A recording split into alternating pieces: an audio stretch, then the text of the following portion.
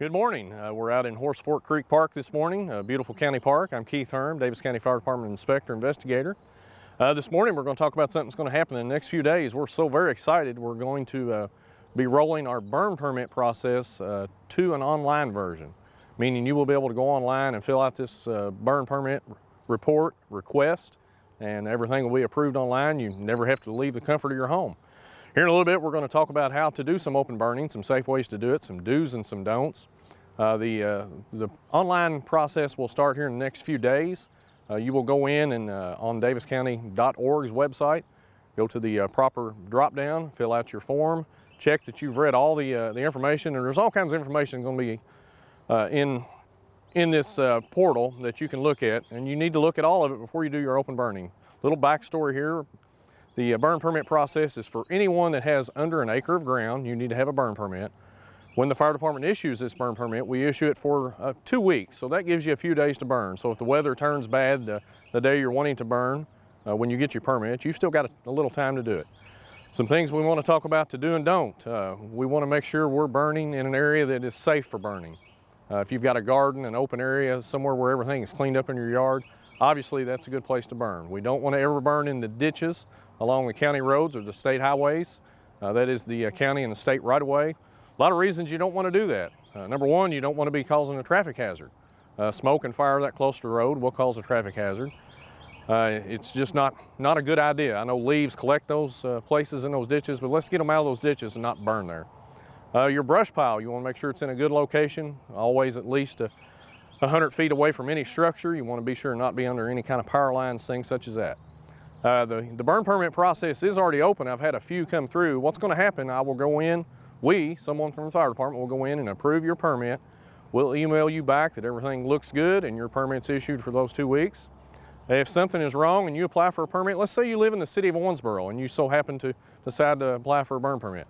Open burning is not legal in the city of Owensboro. There's ordinances against that, and we will let you know that you actually live in the city of Owensboro. If you've got questions, not really sure where those boundaries are, reach out to us. We've got maps, we can look it up and we can tell you. There's some areas that you would think would be in the city, but they're actually still in the county, those unincorporated areas that haven't been annexed. So here in just a moment, we're gonna do some lighting of some leaves, and we've got a brush pile here. Again, thanks to the folks at the Horse Fork Creek Park, Mr. Irby and his crew for helping us out.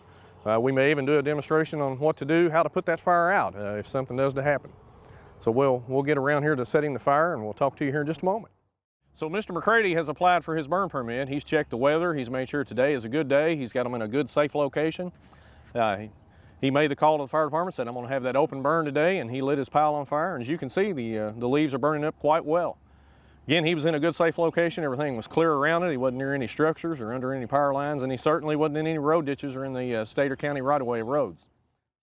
So we've got a brush pile behind us here for demonstration purposes. Our resident citizen, Mr. Rafferty, is going to light his pile here shortly. He's applied for his burn permit.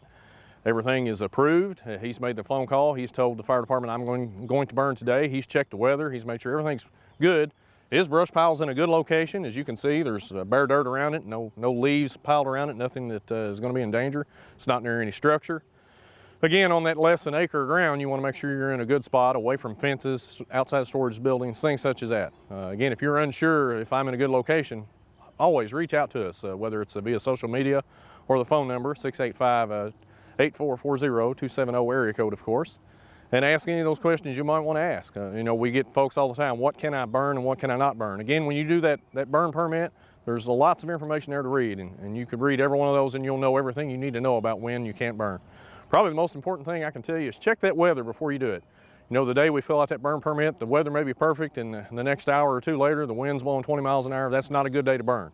So Mr. Rafferty, our citizen that started to burn his brush pile today, he had a tough time. It's kind of a struggle. His fire is not going to burn like he wanted it to, so today may not have been the best day.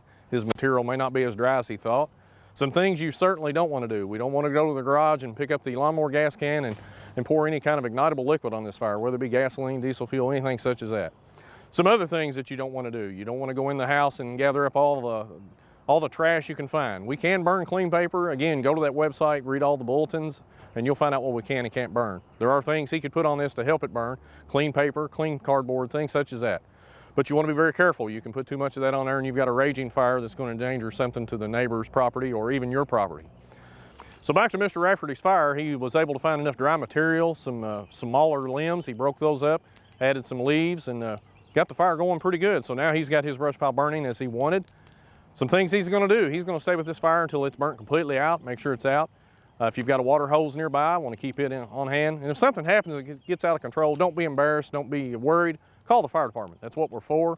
We'll come and help take care of anything that happens. Don't try to fight the fire yourself. So many folks think it's something they have to take care of themselves. That's what we're here for. If it gets out of control, accidents happen all the time. Call us and we'll come out and help you take care of business. Our fire that citizen Mr. Rafferty decided to burn today with his good burn permit is starting to die down. We're going to put some water on it here in a minute to make sure it's completely out. Of course, if you want to make sure everything's burnt completely up, you would bunch your pile up and again, stay with it until it's done. Again, a way to get to that information the next few days, this is going to be a rollout of online burn permitting. Go to daviessky.org/burn permit. Read all the drop-down menus, make sure you understand everything you're signing your name to, kind of like when you apply for a loan. A lot of stuff to read and a lot of stuff to agree to. Once you've done that, it'll be submitted. We at the fire department will review it and we'll email you back that everything's good to go and your burn permit is good for 2 weeks. Again, if you have any questions, don't hesitate to call us. And again, always, if something happens, you do start that control burn and it gets out of control, please call us. That's what we're here for. We're always glad to respond and help out our citizens. Hope you have a great day and hope you've enjoyed this information on this new rollout.